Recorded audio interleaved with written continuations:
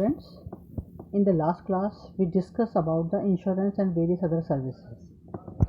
आज हम जो है टेलीकॉम सर्विसेज और दूसरी सर्विसेज के बारे में आपको बताएंगे। टेलीकॉम सर्विसेज का मतलब क्या है? टेलीकॉम सर्विसेज जो है जो सैटेलाइट के थ्रू हमें जो है डिफरेंट इंफॉर्मेशन को पास करने के लिए मदद करते हैं, उसको बोलते हैं टेलीकॉम सर्विसेज। इसमें बेटे सबसे पहले आपका आता है, इसमें है सेलुलर मोबाइल सर्विसेज। सबको पता है सेलुलर मोबाइल सर्विस, चाहे आपका एयरटेल का है मोबाइल, एयरटेल सर्विस ले रहा है या आप जियो से ले रहे हैं, उसमें आपका है मैसेज भी होते हैं और डेटा सर्विसेज भी होती हैं।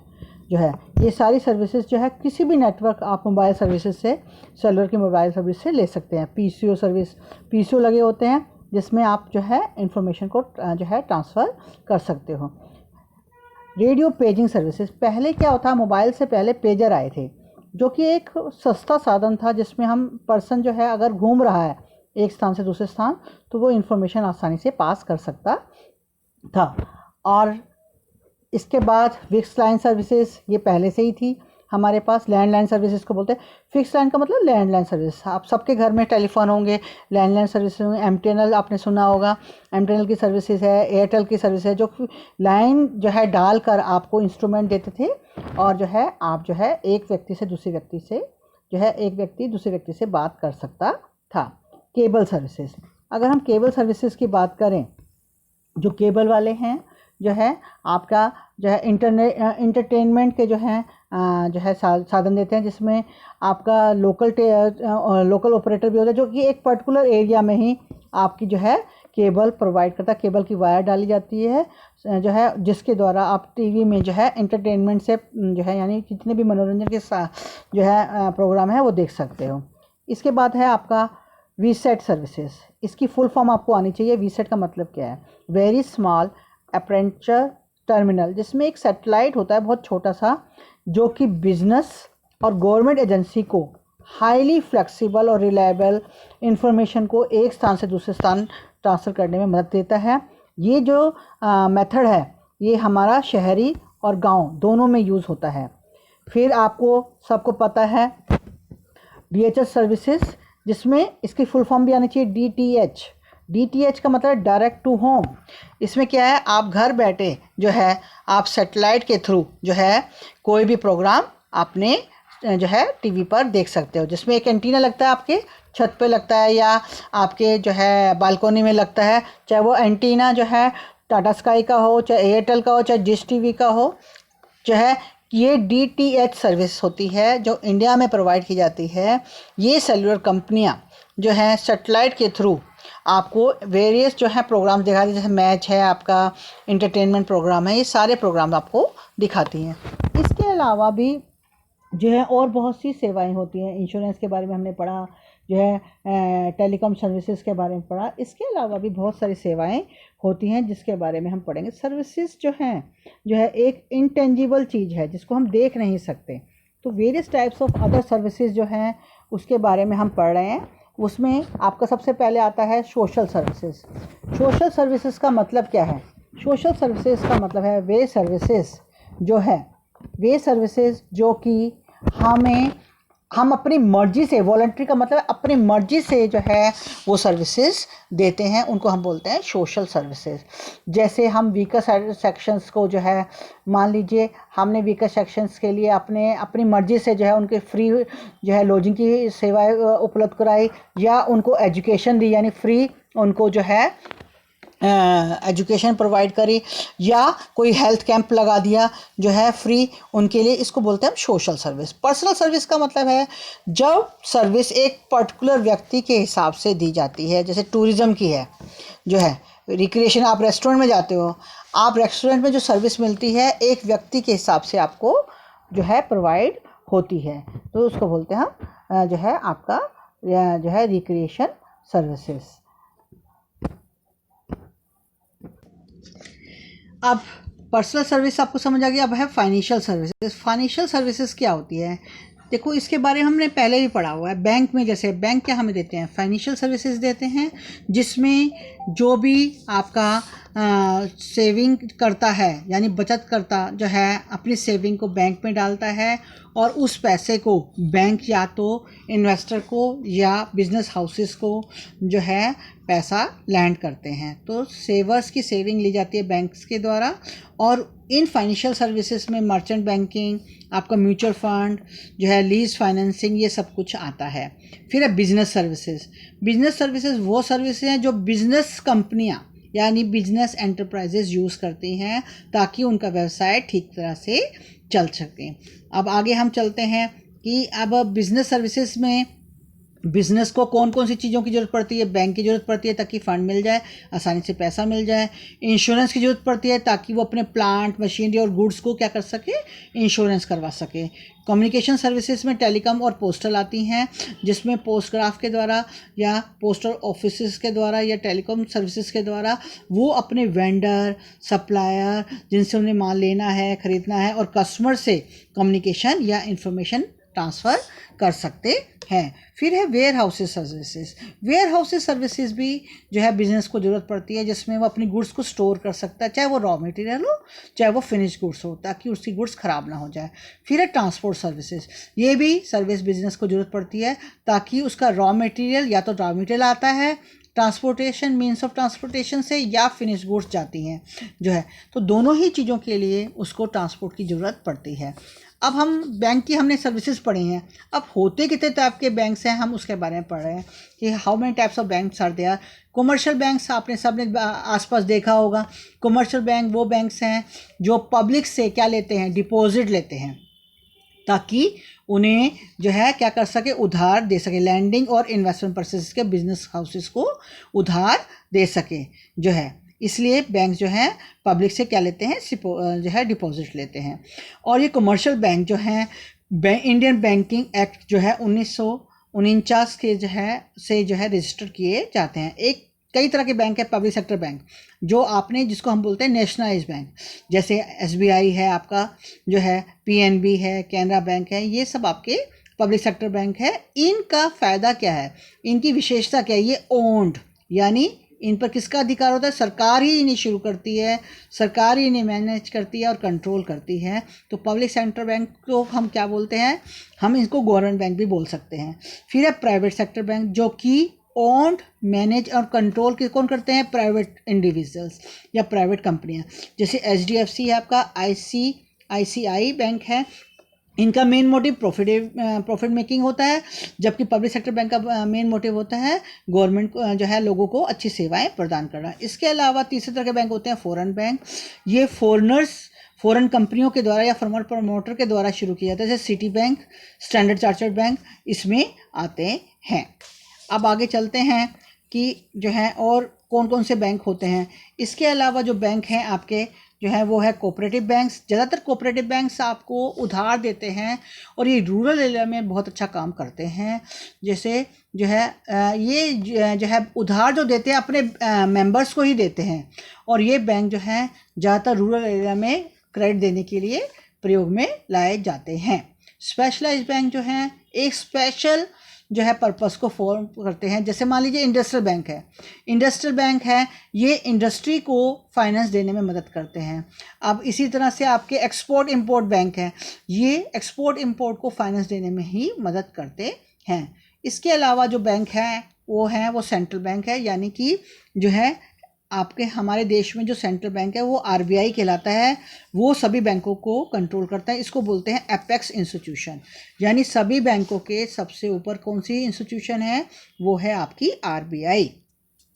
अब हम आगे चल रहे हैं बेटा, जो है इसमें जो है आगे जो है अगर हम देखें इसमें जो है कि क्या क्या फंक्शन जो है एक कमर्शियल बैंक कर रहा है जो है, इसमें हम देख रहे हैं कि कमर्शियल बैंक जो है सबसे मेन काम क्या है, ये पहले कई बार बता चुकी हूँ कि सबसे पहले पब्लिक से क्या लेती है, डिपॉजिट्स लेती है। चाहे वो करंट अकाउंट में डालो, आप सेविंग अकाउंट में डालो, FD में डालो, RD में डालो, किस में भी डालो, तो पब्लिक उन अकाउंट में पैसा डालती है और उस पैसे को जो है बैंक्स यूज़ करते हैं।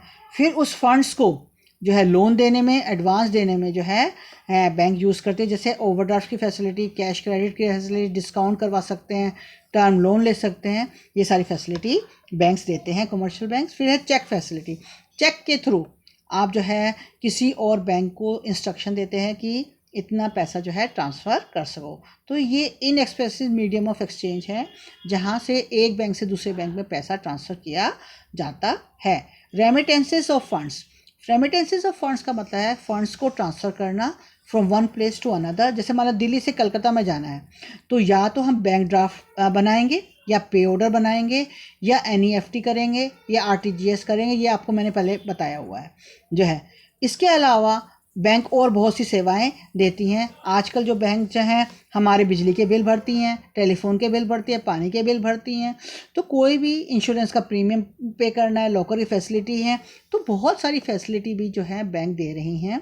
और आपके बिहाफ पर, कस्टमर के बिहाफ पर जो है वो शेयर्स को खरीदती और बेचती भी हैं। डीमैट अकाउंट खोलती हैं और वहाँ पर शेयर्स को खरीदा और बेचा जाता है। अब नेक्स्ट क्वेश्चन लिखिए कि इंश्योरेंस और एश्योरेंस में क्या फ़र्क है। इंश्योरेंस तो आपको पता है कि हम एक पर्टिकुलर अमाउंट के लिए जो है पे करते हैं और जो इंश्योर्ड है, जिसने इंश्योरेंस किया है, उसको वो पैसा तब मिलेगा जब उसे वो लॉस होगा। मान लीजिए जो है आपने फायर इंश्योरेंस करवाया है तो फायर इंश्योरेंस में आपको जो है प्रीमियम पे करना होता है, लेकिन इंश्योरेंस का पैसा कब मिलेगा? जब आपकी गुड्स जो है या फायर से आपको नुकसान हुआ है। और एश्योरेंस का मतलब क्या होता है? एश्योरेंस आपका लाइफ इंश्योरेंस में होता है, जिसमें एश्योरेंस दी जाती है कि आपको जो भी है जो है अश्योर किया जाता है कि आपको जो भी है, आप जो है जो भी आपका जो है अगर मान लीजिए, देखो जैसे मान लीजिए आपने LIC ली तो आपको 5 साल के लिए ली या 10 साल के लिए, तो 10 साल के बाद अगर आपकी डेथ नहीं भी होती तो भी आपको पैसा मिलेगा, एश्योरेंस मिलती है।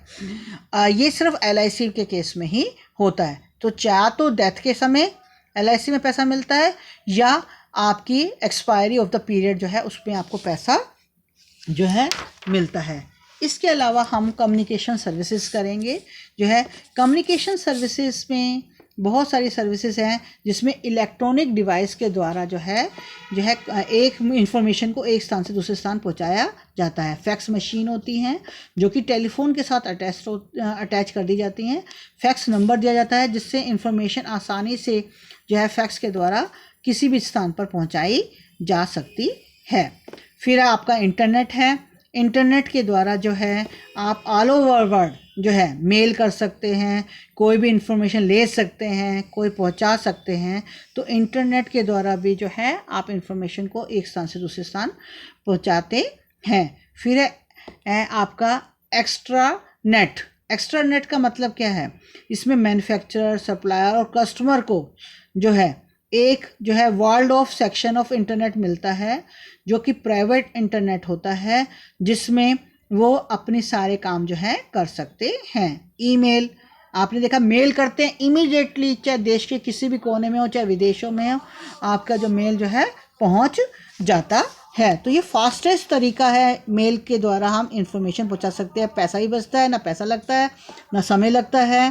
फास्टेस्ट मीन्स ऑफ कम्युनिकेशन है, सस्ता है और इजी टू यूज़ है।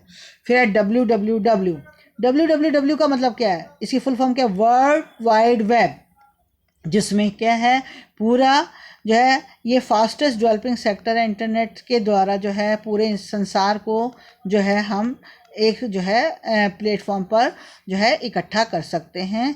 इसमें हमें बिजनेस से संबंधित कोई भी पिक्चर चाहिए, कोई वीडियो चाहिए, कोई इन्फॉर्मेशन चाहिए, वो हमें गूगल से जो है हम डाउनलोड कर सकते हैं। ये सब आपने किया हुआ, गूगल से आपको कोई भी इन्फॉर्मेशन चाहिए टाइप करिए, आपको वो सारे बेनिफिट्स जो हैं वो सारी इन्फॉर्मेशन आपको मिल जाएगी। इसके अलावा आपका जो है बेटा वॉइस मेल है जो है।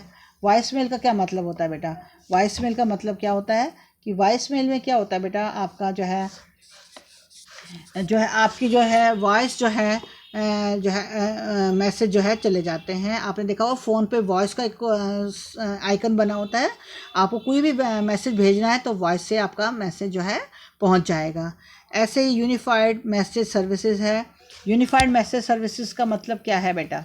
यूनिफाइड मैसेज सर्विसेज का मतलब है कि जो है आपका जो है ये आपका unified message service means converting voice message, SMS, phone calls, fax जो है into that form which suits the customer, यानी कि आपके फ़ोन कॉल को या उसको जो है ऐसे जो है सबमिट कर। अब जो है और जो सर्विसेज है उसके बारे में हम चलते हैं कि कितने तरह के वेयर हाउस होते हैं। क्वेश्चन क्या है? What are the various type of warehouses present in India? India में कितने तरह के वेयर हाउसेज हैं उसके बारे में हम आपको बता रहे हैं। एक होता है प्राइवेट वेयर हाउस, जो कि प्राइवेटली ओन होते हैं, गवर्नमेंट का इस पर कोई कंट्रोल नहीं होता है। बिजनेसमैन के अपने प्राइवेट जो है, बड़ी बड़ी कंपनियों के अपने प्राइवेट जो है वेयर हाउस होते हैं, owned operated and lease by multi product companies जो है, उनके अपने वेयर हाउस होते हैं ताकि अपनी गुड्स को या रॉ मटेरियल को वहाँ रख सकते हैं। अपना कंट्रोल होता है, फ्लेक्सिबिलिटी होती है, और जो है वेयर हाउस होने से जो है उनकी जो है मार्केट में जो है रेपुटेशन जो है या डीलर के साथ अच्छे रिलेशन बनते हैं। दूसरी तरह के जो वेयर हाउस होते हैं उसको बोलते हैं पब्लिक वेयर हाउस। पब्लिक का मतलब है गवर्नमेंट के। यहाँ पर जो गुड्स को स्टोर किया जाता है by trader manufacturer after payment of storage fees. यहाँ ये जो वेयर हाउस हैं गवर्नमेंट मेंटेन करती हैं जो है। अगर बिजनेसमैन को ये पब्लिक वेयर हाउस की सर्विस लेनी है तो उसको पैसे देने पड़ेंगे, क्योंकि ये गवर्नमेंट का इसको रेगुलेट करती है by issuing licence to them to private parties जो है। अब इसके बेनिफिट्स क्या हैं? दे आर रिस्पॉन्सिबल, आप पैसे ये फ़ीस लेते हैं जो है public warehouse for full safety of the goods, और ये ट्रांसपोर्टेशन की भी फैसिलिटी प्रोवाइड करते हैं, यानी वेयर हाउस को कनेक्ट किया जाता है रेलवे से या रोड ट्रांसपोर्ट से। तो ये जो स्मॉल बिजनेसमैन है जो वेयर हाउस को जो है ख़रीद नहीं सकते या अपने नहीं बना सकते जो है, उनके लिए काफ़ी फ़ायदेमंद होता है। फिर जो है गवर्नमेंट वेयर हाउस, ये भी fully owned and manage by the government.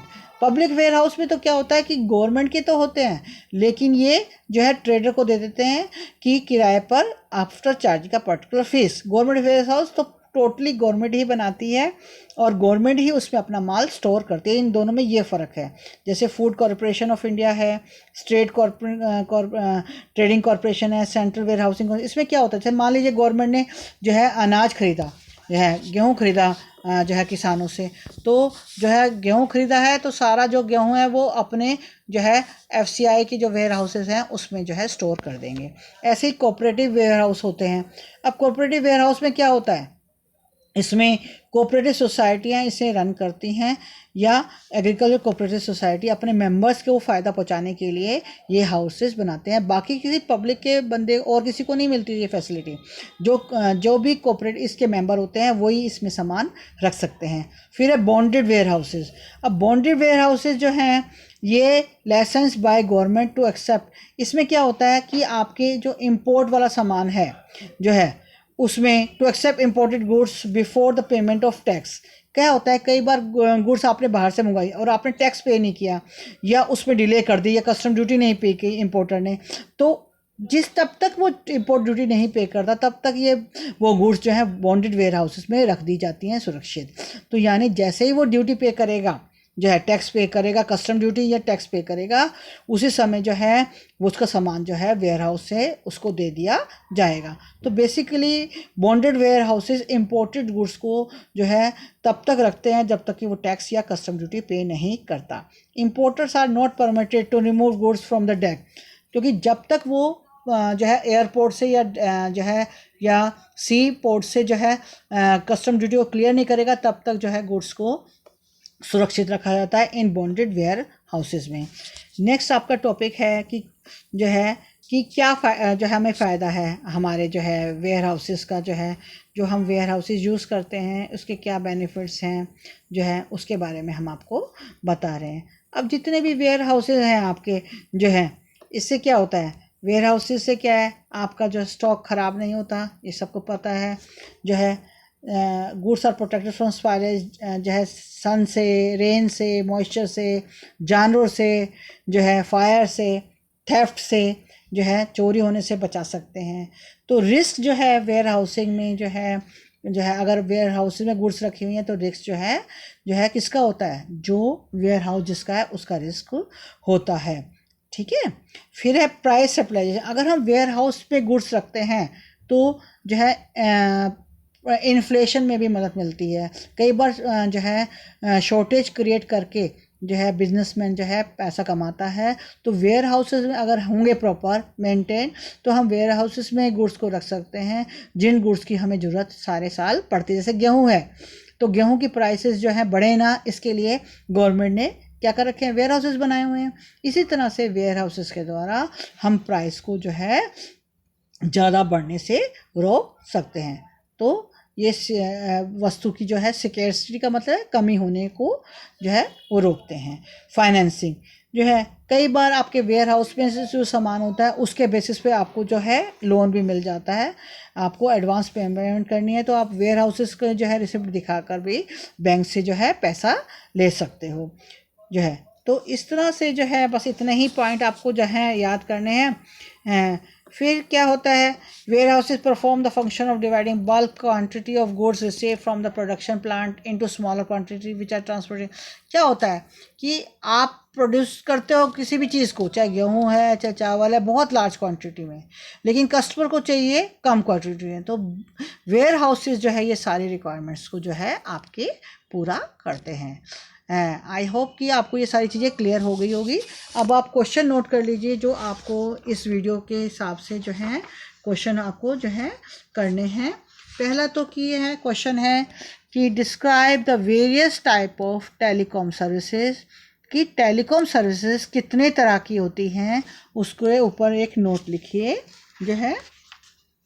फिर है आपका नेक्स्ट जो है क्वेश्चन जो है उसमें ये है कि बैंक की जो है आपका बैंक्स कितने टाइप के होते हैं और उनके बारे में विस्तार से बताइए। Describe the various types of banks जो है और उनके explain each of them. Next question है describe the functions of commercial banks. Commercial bank के कार्य बताइए। नेक्स्ट क्वेश्चन है इंश्योरेंस और एश्योरेंस में क्या फ़र्क है, कि इंश्योरेंस किसे कहते हैं और एश्योरेंस किसे कहते हैं, जो है इसमें आपको एक अंतर बताना है। इसके अलावा आपका जो है जो communication services, describe the various types of communication services available to the business houses, या जो है कितनी तरह की कम्युनिकेशन सर्विसेज हैं जिसका लाभ जो है कस्टमर उठा सकते हैं।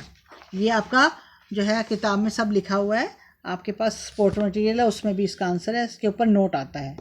फिर नेक्स्ट क्वेश्चन है describe the various types of warehouses and what are the benefits of warehouses, कि वेयर हाउसेज कितने तरह के होते हैं, संग्रहण